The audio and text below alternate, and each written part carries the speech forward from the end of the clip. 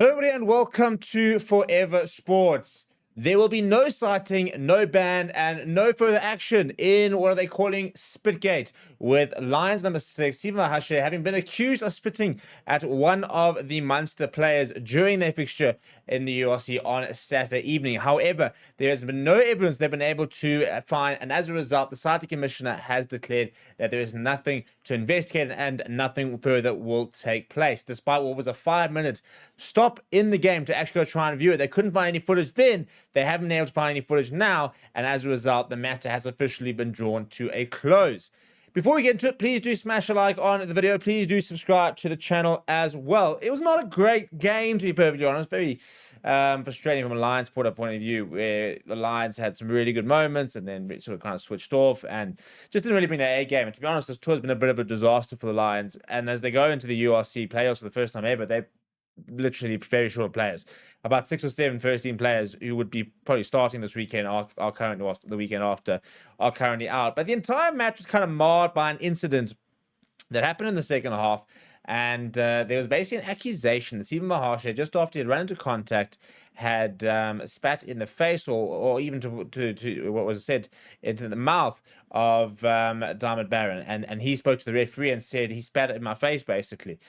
And as a result, the referee said that there was a serious allegation that was made, and we then had to stop the game and we had to have a look. And we tried to check it for about 5 minutes, and the TMO basically said, I could not find anything. I can't find anything. We can't stay any longer. We'll basically refer this to the citing commissioner. They'll go look all the footage, see if they can find something, and then kind of go from there. Now, first of all, I think it was a very dangerous precedent itself to stop the game. When you've got an incident that's been highlighted, you've got a timestamp. You know now it's what happened in the last 5 minutes. You can write the time down. We've got processes in place to go and check this kind of thing, And I think it was very frustrating for all fans of the game that that entire sort of game stopped and we kind of had this sort of break and play at a time where, the game was still in the balance. And it's frustrating because we can't be in a situation where every single time there's an allegation, we stop a game and we have to go and look and we have to basically now comb through footage whilst everybody sort of waits around. We've got to look at being a bit more efficient with our systems in place, and I always like the idea of the white card where referee say, I think I've seen something. Here's a white card. It means the TMO and the citing commissioner must go have a look, but we're going to continue in the game because we need to. We don't quite have the time. So let's have a look at the when and around the alleged incident supposedly happened. Now, the first thing I think what a lot of South African players are talking about is the tackle here. So Stephen Mahashe, and you look at that tackle, pretty hard, if you're going to be brutally honest. I want to try and see if I can pause it. So, I mean, I personally was surprised that wasn't looked at to make sure there wasn't a fair tackle. But now over there, you can see fighting forward, going. He gets brought down, and then we don't really see anything. Nothing seems to happen over here. It's all at the bottom of the ruck. Who bloody knows what's going on?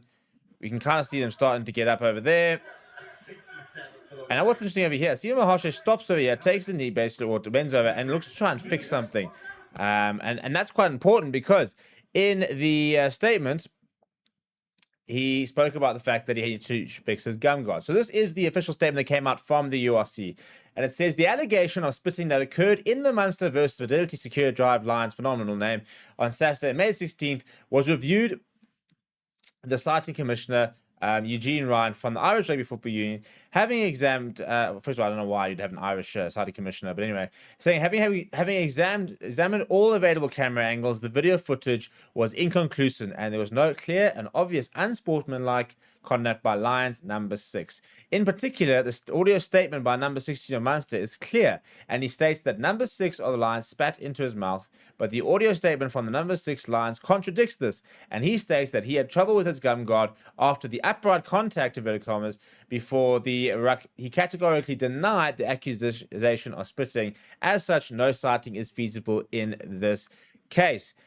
This is kind of what a lot of people are saying should have happened in the Hendrik Wessels case, because they're basically saying there's no evidence to support this. This player is saying this player is saying that. We can't find any evidence. We can't find any video angles that show this incident. As a result, we basically can't try and even if it happened, for example, we can't see it happening. There's no evidence to support it. It's one versus the other. And given the fact that it's got two people's different words and there's no other evidence, we can't go any further. So I don't think it's. I think Steve Mahashe would have been stupid to have done such a thing. So I don't think that he would have. And I think the fact that he did fix his gun guard means that something probably happened, and I think that it's been blown out of proportion. I don't think it was deliberate at all, and I think frustrating when you get that kind of accusation leveled at you, because there won't be an apology, for example. There won't be somebody coming out and say, "Oh, sorry, we got it wrong."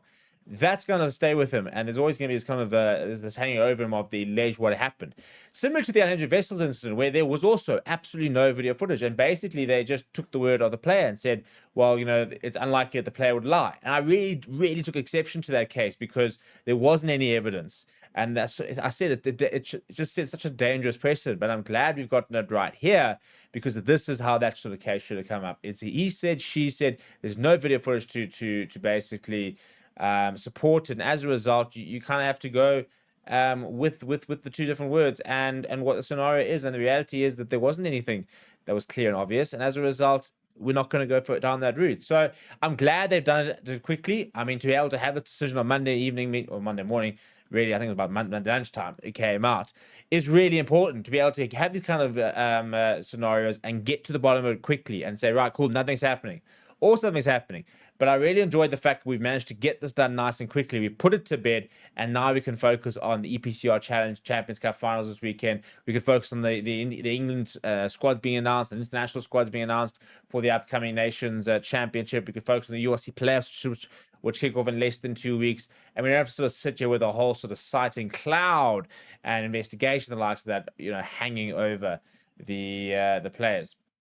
So in fairness, you've got to praise people when they get it right, and the URC have gotten it right here. The process has been good. The process has been clear. The process has been nice and transparent, where they've gone and said, this is the situation, this is the statements, and as a result, this is the final decision. They've done it nice and quickly. They've gotten it out there, and fair play. You've got to be able to acknowledge, leagues and referees or different things when they get it right, because we're so quick to slam them when they get it wrong. And when they get it right, we do have to say, fair enough, you handled this well. What are your thoughts on the situation? Let me know down in the comments below. Smash a like on the video. Subscribe to the channel as well. Thank you very much for watching. My name is Steve, and I'll chat to you soon.